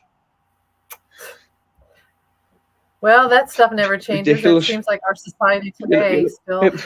If you're going to, scapegoating people. You're going to ridicule people. You can't go wrong with people who are already dead, can you? You know what I mean? It's you know when this is before I met you. So when the Titan submersible disappeared, it was a Sunday, right? Wasn't it Father's Day? And I believe it was that night or Monday morning. I can't remember, but it was right after it had disappeared. And I did a psychic reading. I was sitting in bed. It was the morning. And I just grabbed my phone and I did this reading. And I was like, it's gone. It's already exploded. There's nothing left. I don't feel any more energy. It did not reach the Titanic. That's where they were headed, obviously. But it didn't reach. They never saw the Titanic. And it's gone. And so then like the days went on. They're like, oh, we heard pings. And we think they're calling for help. And I'm like, well, maybe I'm wrong. But, you know, I felt like it exploded. And then they found out, it had indeed. It never reached it just imploded. Mm-hmm. And that was probably the most psychic reading I've ever done, like the most accurate reading. And then I started to see connections between the guy that owned the Titan, who was a fool. He was a fool. And well, I mean, can I just say, Amy, I about him, I feel that he's connected in some way to Captain Smith. I don't know how you. That's what I was going to say. That's what I got. He even looks Okay. like him. He looks just like him. Yeah, it looks just like Yeah. That's how when before I knew the outcome of exactly what had happened, I felt that this was a folly that was repeating itself. That probably happened before without people knowing that there's probably things happen to, pirate galleons and stuff like that, and then stuff it's probably repeated itself throughout. Yeah, but that was a strong feeling I got too. That man should never be in future. Should never be involved with anything nautical. I think in his life. But probably if he's reincarnated in future, I don't know. He'd probably fall over in the bathtub or something like that. That kind of thing. But yeah, what frightens me about that is that all the main investors were told that it was very dangerous, and they had to sign the waivers, didn't they? Basically. Yeah, that poor kid, that young man, it's terrible. He should have never. I don't even. I don't know. I don't even like looking at photographs of the Titanic, the way it is now. I get a very kind of that the camera shouldn't be there. That's just the way I feel. I wouldn't want to look in someone's coffin either. That. See, I would. I'm weird. That's just the way I feel. I do look at them. A little different. I sort of have a weird fascination with stuff. Yeah, yeah. I mean, you're kind of. I can understand from your point of view why you'd want to see it, but I mean, I think what I'm trying to say is that I don't think it's over for the Titanic. If I'm being honest with you, Amy, I don't think. I don't think it'll be at the bottom of the Atlantic forever. I don't mean by that. I don't mean it'll be put in a museum. I don't think they'll raise it. I think they'll bottle pieces of it and it'll be sold off like Fabergé eggs at an enormous price. So it'll be put in art galleries and stuff like that. And because there's always going to be money to be made from the Titanic and that. And it's an industry within itself. Just the sinking of it is an industry of itself. Because there's the movies that are made. But that's the feeling I get. I don't think it'll be there forever. But I think it's still got tragedies, possible tragedies associated with it further down the line. Sadly, people don't learn. Well, here's a weird thing. So, it was 2020, and it was early March, or no, was it? It was Super Bowl time, so it must have been. God, was it? I think it was March. January. Well, okay. So anyway, it was early 2020, and I don't know if it was the Chiefs or whoever had just won. It must have been the Super Bowl. And I went outside and I heard everybody, and that's my town, Kansas City. The Chiefs are Kansas City. And literally everyone in my town, all through everywhere, was making sound, hitting bells, hitting pots and pans, honking their horn, cheering. And I in my backyard, and it was kind of a warm night. And my dog was walking out there, and I had my phone, and I started to record everyone. And then there got to be this point where I thought, it sounds like everyone on the Titanic drowning. And then the pandemic hit, it was pretty soon after that. And I've always remembered that moment of why am I getting this Titanic energy of death and people screaming? And it was really weird. So I don't know. It was like a weird premonition that I had about the pandemic. I can see what you mean. I've gone in that way myself. I mean,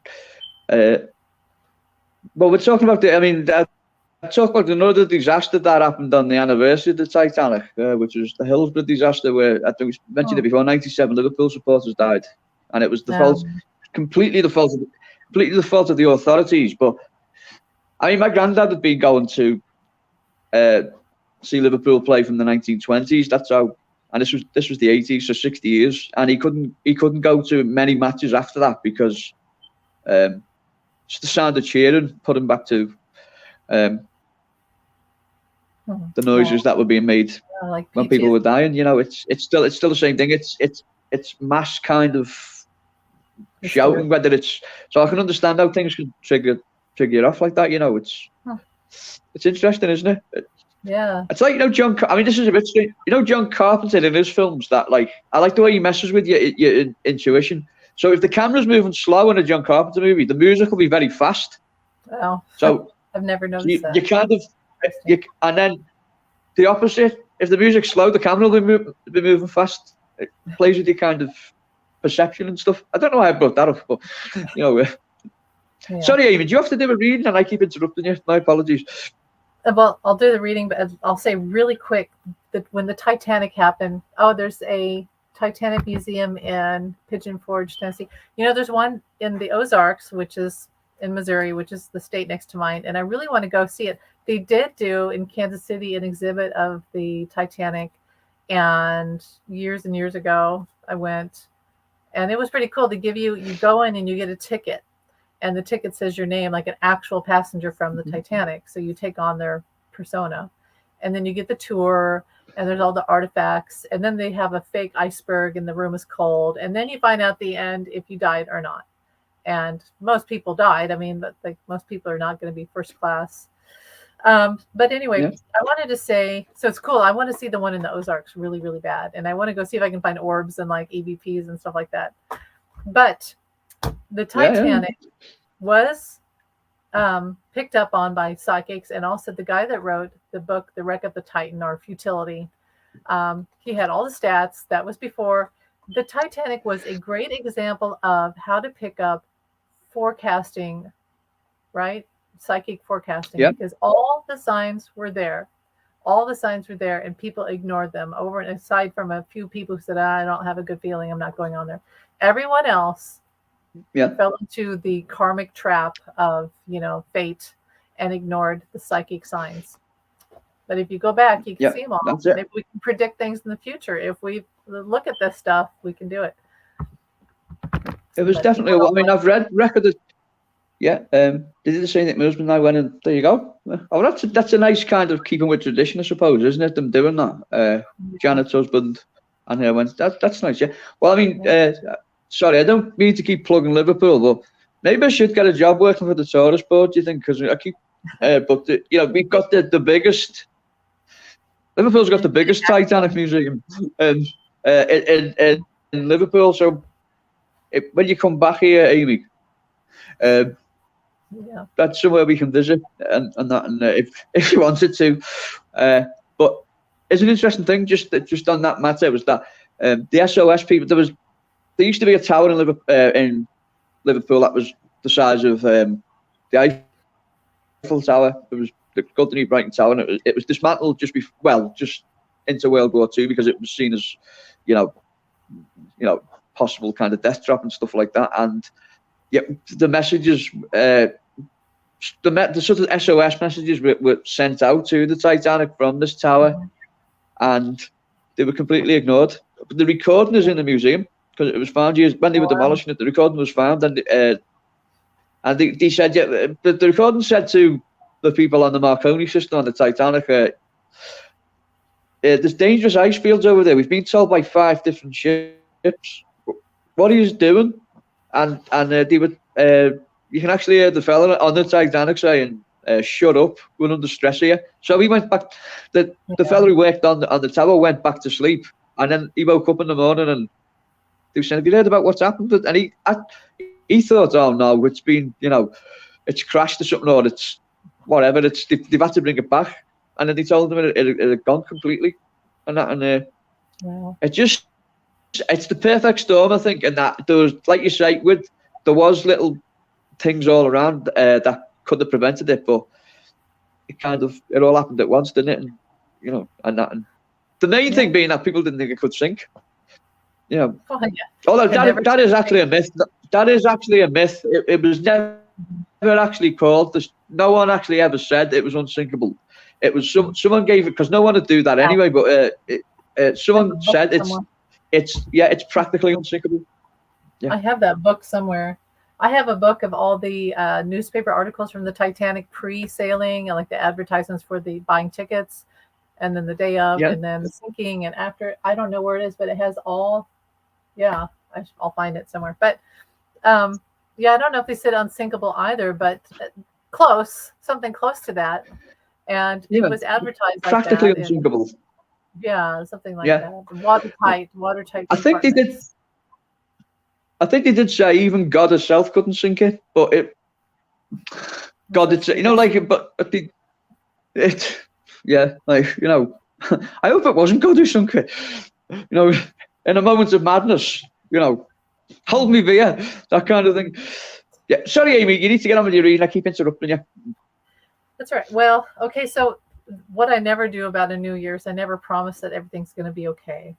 Because I think we've, like I said, planetary wise, things change. We have ebbs and flows, we have ups and downs, and in your own life, you have to expect that. We're in Mercury retrograde right now, so that's not a fun time. And just know that there's always going to be something. And what it is like a muscle. When you build a muscle, you're ripping the muscle and then it rebuilds. That's why it hurts the next day. So life is like that. And experience, our soul experience in life is never going to be completely easy unless it's our last life was terrible and now this is our fun life. That's the only way that's ever going to be like that. But most of the time, we're going to have soul growth. Sometimes we do have years that are easier so we can catch a breath, like humanity can just, and then comes the tough year after that. This year, I think, is going to be better. I think there's going to be a lot more justice, a lot more truths are going to be revealed.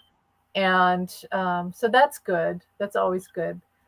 But take it day to day. And I did get the card joy. So that's good. Joy, kindness. Take respite by a pond and be kind to yourself and others. We do need to be kind, like the online trolls and all of that. I mean, let's be kind let's be kind to ourselves. Learn, take a lesson from the owls. Deeply observe the night and you'll become a little wiser in the day. Learn, keep your mind open. And there's the night. The night. Find comfort in the night where the world switches off and the stars burn bright. I don't know what that means for our year, but it probably just means that right now, take a moment before all of these truths come out and we have all these lawsuits with, we have a lot of stuff in America that's just crazy right now. And the stupid election, it's an election year. It's going to be crazy. So take a moment, peaceful days, and new beginnings and manifestation. So that's good. Learn to manifest. Yeah. I had a revelation the other night yesterday when I was at work, and I thought, I've had so many troubles with money and it's been disheartening. And I'm like, what have I done wrong with my manifestations? And I got that each time, instead of, I don't know, I would go get a job, and it's good to have a job. I'm happy I have a job. But what I would do was I would put myself in the mentality that I didn't have enough and that I was, like a poor mentality. You don't have enough. You don't have enough. And the universe responds to that. And I think we have to remember that if we want something, we have to be whatever we want to attract to ourselves, we have to be in that energy, or it's going to repel itself away from us, because energy, attracts like, energy attracts energy. So whatever you do, do it under the guise that it is you plus, not minus you plus, you plus. So you already have enough, you're already where you should be, and then you're just adding to it. And then allow the universe to add to you. Don't take away from yourself. Be fulfilled, be who you are, love yourself, know that you're enough, and then you're adding to. So you have value. And I think that's the key to manifestation, is you plus. So that's beautiful. Yeah. And whether it's you plus someone else or whatever it means, it's true, isn't it? Yeah. It's you're not alone. I find comfort in the night with you, Amy, because and that sounds very, very kind of Noel Coward. What I'm trying to say is, it's often nighttime over here and it's daytime when you're awake. So if I, in that sense, I feel like connected to you at that time and stuff, when it's probably daytime. Well, it is daytime over there, isn't it? And stuff. Yeah, it's daytime. It's dark, but it's still. That's beautiful. Like you should say that. Thank you. Yeah. Yeah, and we're never alone. Like, so, you had any parties tonight or anything? No. What? Oh, sorry, carry on. What you're saying? Have we come? Oh well, I have. I always have these spiritual things going on, and then we have each other, and I'm never alone. I always know that I have a. It really comforted me years ago when I was in a dark night of the soul, and I started to get into angels, and I realized that we all have angels. They're here to help us, and they love us with a pure love. And when I realized that, I didn't feel so alone and whatever, low. I felt loved. So always remember that no matter what happens in life, no matter how bad it gets, there's like an angel on your shoulder and loved ones in heaven and all that. Who really, really loves you. Like just think of it as, in a Disney movie when every character has a pet, or not to equate angels to pets, but pets are kind of like angels. It's that pure love energy. You have that. We all have that. We all have a beautiful light of love around us. And Yeah, so. that's beautiful. On that subject, Amy, I mean, I don't know whether you see the picture you shared the other day of Alfie. I don't know whether you seen it. I know you said you couldn't make out what it was. It was. I'll show you a photograph of him next to the image. Okay. It was basically was it like the little hearts? Yeah, it was. It was like a triangle basically. There was kind of two black things above, and then like a sort of like little clump of them, which was his mouth. 3 hearts. There you go. Thanks, Johnny. Yeah. So that came through on his chair where he used to sit, basically, which hasn't been touched since he died. But I was moving it out to the back kitchen because we had relatives coming today, and that was on the back of it, and it kind of reminded me of the images your images of John that you picked up on things and stuff, and I was reminded then, Henry showed me images. I like to think he's still with us, looking after us and that. But After Henry died, and I'm saying this because I want you to know that yes, Alfie is with you, and after Henry died, the only way I could get through it was that I literally visualized me grabbing him in spirit and putting him in my heart, and so everywhere I walked, wherever I went, he was with me, and he's still with me.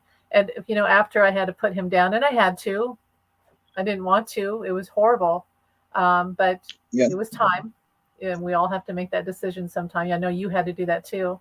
And I remember leaving the vet's office without him, and I was like crying, and I just thought, there goes the only living creature on earth who really loved me. I know that's terrible, but that's how I felt at the time. I was like, he was the only one who loved me, like truly loved me, and he's gone. And so Henry would do things, and that was July. And through the summer, like I would grab my phone and there would be an image of a dog that looked just like him. And then one time I looked at my plate after eating dinner, and it was an image of him. And it wasn't a mistake. Like I could go find the picture. It was literally him. He would do things like that. So they do. Animals, they do communicate, and they send, messages through images and, imprints through your thoughts. Your heart, you think of them when you cry, you're actually thinking of them. They're with you. So, they do. With me, I think I told you when he died, he sort of, like snuggled into me somewhat. He put his head under me, which is a strange thing for him to do. He kind of put his head underneath my chin, and the vet said it's like he's trying to climb into you. Yeah. Which I suppose in a way he was, because it was. For warmth and that and stuff. But then, I mean, there was times when I was feeling down, and Alfie by Cilla Black would come on, What's It All About Alfie from the Michael King film. That'd come on the... Now, I've never heard that on the radio before, but when he died, it kept appearing and stuff, it felt like it felt like the song was about me, even though it was called Alfie. Like, what's it all about? Like he was asking me what was wrong, through the song, and I know that's maybe wishful thinking and stuff, but it was very comforting. It was him, but also we have our spirit guides, our higher self will help, and it's their energy of love, but also they're helping orchestrate it for them. So they're like, oh, Alfie wants to send you a message, and it wasn't just to say, what happened here, but it was to say, it's me, because of the name connection. He was saying he was saying hello, and he's still with you, and he loves you, and so they know he's with you. I had the same thing, Henry. Okay, so before Henry passed, I remember he was very ill, and he was laying next to me, and the song, there was a song called "Walk On," about how a person had to leave someone else and walk alone. You're going to have to walk alone, and I remember thinking, oh no. Henry's not leaving me. I'm not going to walk alone. Yep. And then I had to put him down, and it was a few days before I even could go sit at that desk again and turn on that radio. and I turned it on, and there's that song, and I There just you go. cried and cried. And Yeah. then I spent months journaling about Henry. Like I would all day, not all day, but like every day, like pages of about him. Yeah. But anyway, after that song was Over the Rainbow, somewhere over the rainbow, and that made me cry. And I knew Yeah. that was him saying, "I'm on the other side." I'm, yeah. It's okay. Yeah. Well, there you go. I mean, I know what you're saying, because similar with me, I felt after it's a long style with my mother, as you know, and I believe animals reincarnate too. Yeah, I think so, Janet. Too. As you know, I lived with my mum. At the time, there was me, my mum, and Alfie, and then my mum was in hospital. She had a massive heart attack and stuff. So she was out for long, and it was just me and Alfie. After he died, I felt guilty, like I should go and find him and bring him back. It's a hard thing to explain. Like this idea, and I said to someone, I said, even if he is in heaven, I feel bad if he's on his own and there's no one keeping him company. And then I heard "Hello" by Lionel Richie, where it says, "Are you somewhere feeling lonely, or is someone loving you?" And I felt like, even though I was asking a question, I felt like that was an answer. I felt like he was saying, "It's okay. It's okay. I like it here where I've gone to, and I am with people. I am being looked after, and I have company. Don't worry about me." But then at the same time, I was on my own as well. So I think it felt like he was saying, even though physically I'm not with you, Jamie, I am with you, and and don't forget that. And it was a nice thing to kind of to feel that, if you know what I mean. Well, can you imagine what it's going to be like? And Henry, of course. Yeah. Well, when we do pass away, you know how there's the Christians, and yes, Janet, I believe that animals reincarnate. Like I wanted Henry to reincarnate instantly, but I was shown that was not going to happen. It wasn't. He needed some time to rest and heal on the other side, but he was still with me, but he was not going to reincarnate. And then I was shown that we're a soul group. So let's say he reincarnated to someone else, and I don't get to be with Henry again in this lifetime. Well, he's with a soul group that's connected to me, so it's okay. But what I saw was that I was going to have another dog, and that dog was part of my soul group too, and I couldn't deny that experience. So that's a lesson in opening my heart, because we can say, "I'm never going to do that again," or "that hurt too much," or "I've only had that one," my heart's only big enough. But the truth is, our heart can expand and open, and Henry taught me that. But I was going to. Well, what was I going to say? I can't remember. So maybe it doesn't matter. If I forgot it, maybe it doesn't matter. But yeah, it all matters. You'll remember eventually, Amy and Sheriff. Yeah, and I just have to go and let me. Okay. Everyone's nursing. Okay. Or do I have to wet my eyes? I'm not sure. My foot's stuck. I'm trapped here. 1 second. I'll be back now, Amy.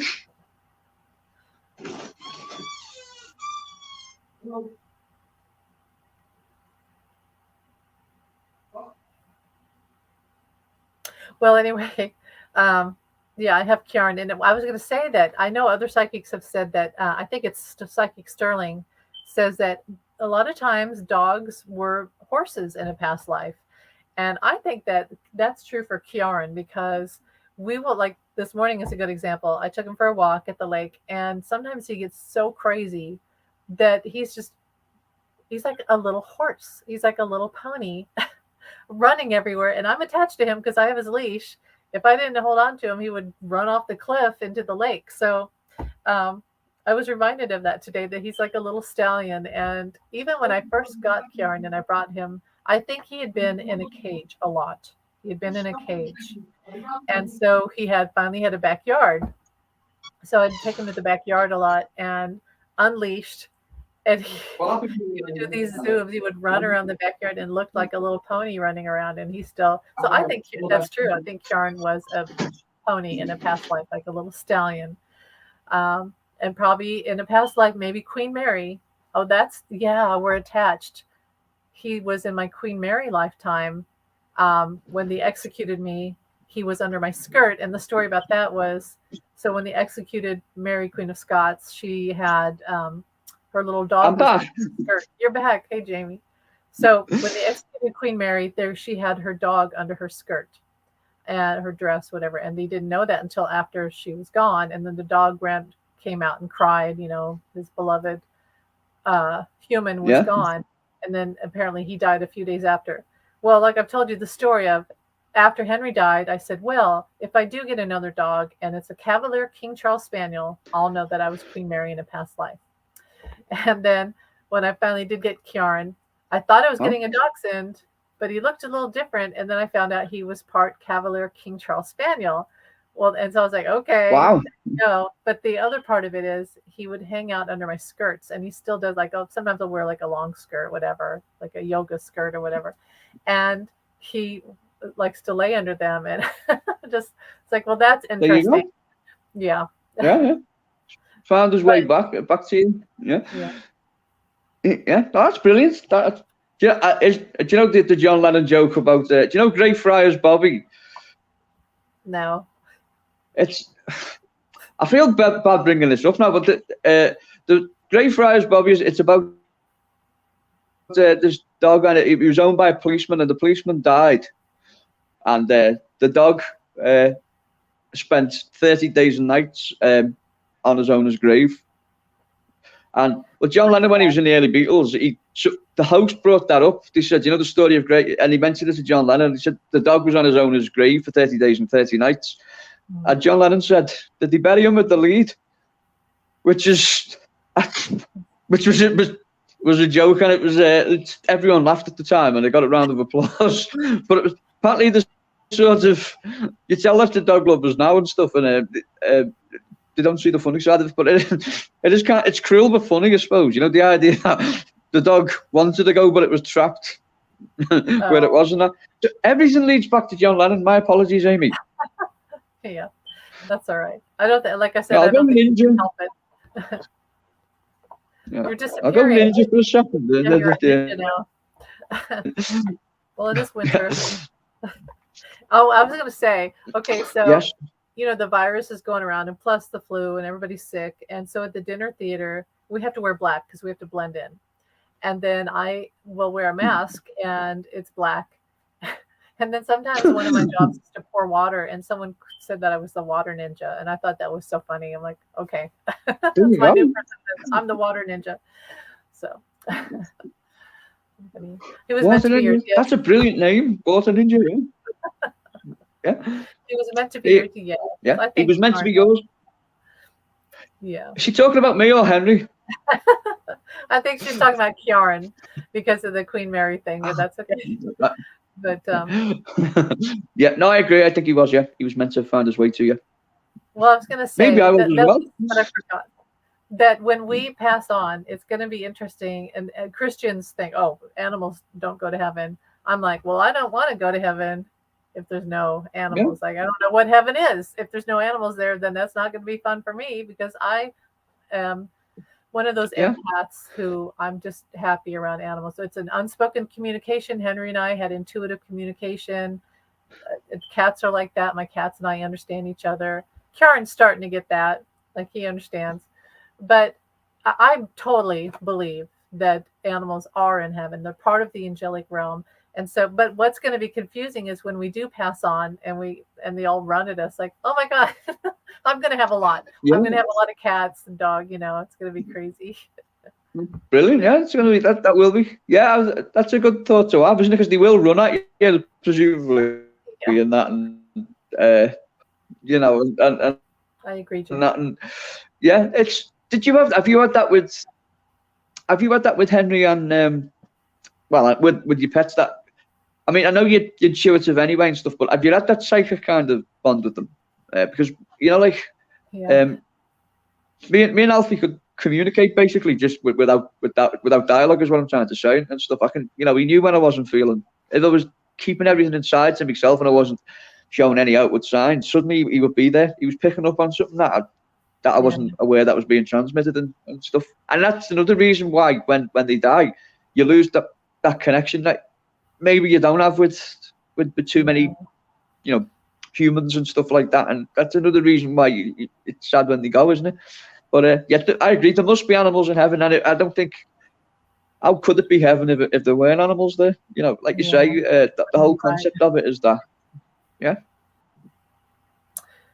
Yeah, I totally believe, and it's going to be, yeah, I don't want to die yet, but when I do go, well, I remember, okay, this is so awful, but I remember thinking I wanted Henry to live forever, and I didn't want, well, whatever. I would kiss him every night, and I would think 10 more years, 20 more years, and I would keep adding years, knowing that it wasn't going to be much longer. But you do live Yeah. on, and I guess what Karen has taught me is that.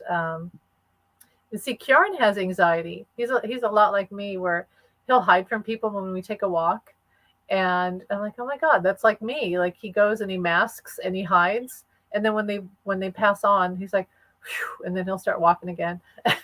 And so I care for him. It's sort of reciprocal. Like Henry would do a lot of healing for me. Like Henry would always comfort me. He was very therapeutic. But with Kieran, he needs help and he needs love and healing. And so it's very reciprocal. And that's teaching me a lot about how to help him out. Yeah. That's nice. Maybe something you've learned from Henry, you're passing on to Kieran. That kind of thing. That's nice, isn't it? It's kind of the sort of cycle has moved in and that. I think I've told you this before, but about 6 months before Alfie died, when he was getting old, we phoned the vet to come out and that, and he was having a bad night with his breathing and stuff. And he'd been crying with his back, and his vet gave. I think I've told you this before, Amy, but his vet came and gave him an injection, but he told us, he said basically, he might not survive. He's an old dog, and the medication, so keep an eye on him and all that. It was a hot day, so I had the garden door open. So I fell asleep stroking Alfie, and then I woke up the next morning and I noticed he'd gone, but I could hear a noise in the garden, and I thought it sounded like he was suffocating, the noise. So I thought, I'm going to go out and find him out there suffocating. But he was actually having sex with the neighbour's dog. Okay. So the injection. There was life in the old dog yet, basically for what one night. In fact, I think he practically winked at me when I caught him and that, and that would have been a better time for him to go. Now I come to think of it, but there you go. Sorry, I argue with my dad about dogs having a soul. Rita told me, my dad told me. That's not interesting. That's amazing. Yeah. So your dad has learned something there, hasn't he? He's it's sometimes you have to experience something to learn it, and it seems to me, Janet, that your dad really has experienced that, and now he knows the value of that. Every living thing has a soul, doesn't it? I totally believe that. Yes, absolutely. Totally. And hi, Fatima, and hello. I want to wish you both a very happy new. You too, Fatima. Thanks for being here. Thank you for everyone for being here with each of our videos and any other content that I produce. It's been fun, and we're going to have a whole new year. I'll try to be more productive on here. It's been hard because when my kids are home at certain times and they're sleeping half the day away, or they're on the computer or whatnot, it's kind of like, it makes it kind of crazy. So, yes. Well, happy New Year. Happy New Year to you too, Fatima, and to everyone, to all our viewers. Well, to Amy's viewers, I'm just a guest. I'm the sort of Ed McMahon to Amy's Johnny Carson. So, would you say, Amy? I'll start the show by shouting, "Here's Amy" next from now on. What do you think, Amy, if you do that? That's from the. And you can come in from the curtains. Possibly, yeah. What was I going to say? Well, I wish everyone a year of great abundance, love, good health, and peace on earth. And yes, it is possible. I do see that things are going to get better, and I keep hearing that from the song. They can't get no worse.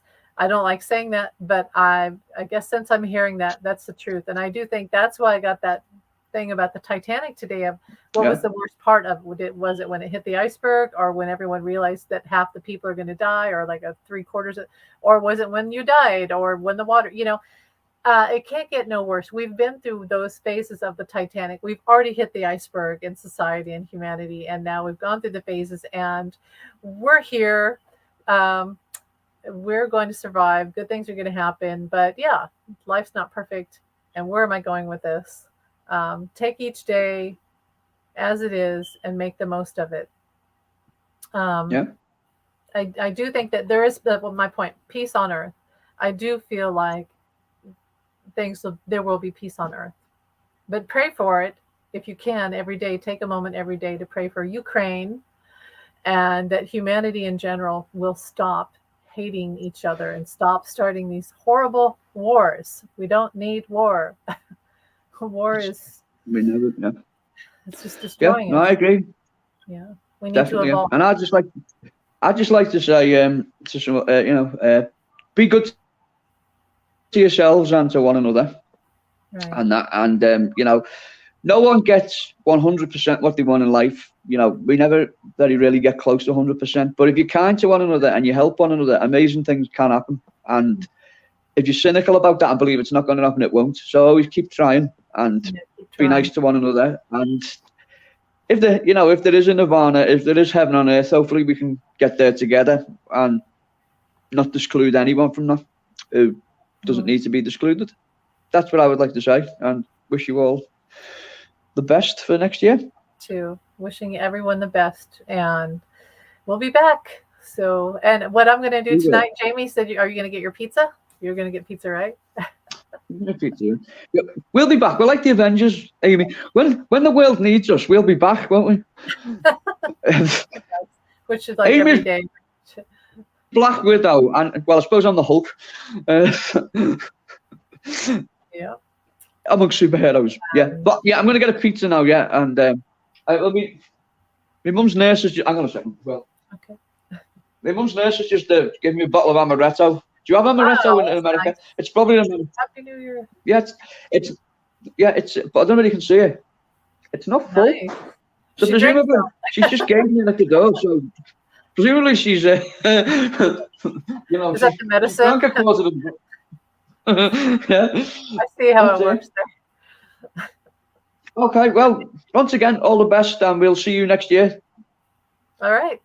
Too. Happy New Year, and thanks Very for well. being here, Jamie. We'll talk to you later. And you, thanks you, love you. Love you too. Let me close this down. Oh, it's way up here. We'll say, hold on.